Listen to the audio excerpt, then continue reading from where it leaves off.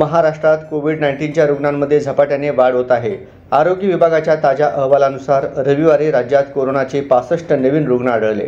त्यापैकी 22 रुग्ण मुंबईतून, 25 पुण्यातून, 9 ठाण्यातून, 6 पिंपरी चिंचवडमधून, 2 कोल्हापुरातून आणि 1 नागपूरमधून आढळले आहेत। दिलासादायक बातमी अशी आहे की राज्यात 300 रुग्ण बरे झाले आहेत। सध्या सक्रिय कोविड-19 रुग्णांची एकूण संख्या 506 आहे।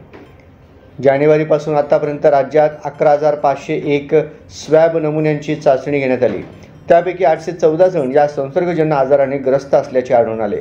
त्यापैकी 463 रुग्ण एकट्या मुंबईतूनच नोंदवले गेले आहेत। जानेवारीपासून महाराष्ट्रात कोविड-19मुळे एकूण 8 जणांनी प्राण सोडले आहेत। यातील 7 रुग्णांच्या मृत्यूमागे गंभीर आरोग्य समस्या होत्या। आरोग्य विभागाच्या मते पहिला रुग्ण हायपोकॅल्सेमिक झटके आणि नेफ्रोटिक सिंड्रोमने ग्रस्त होता।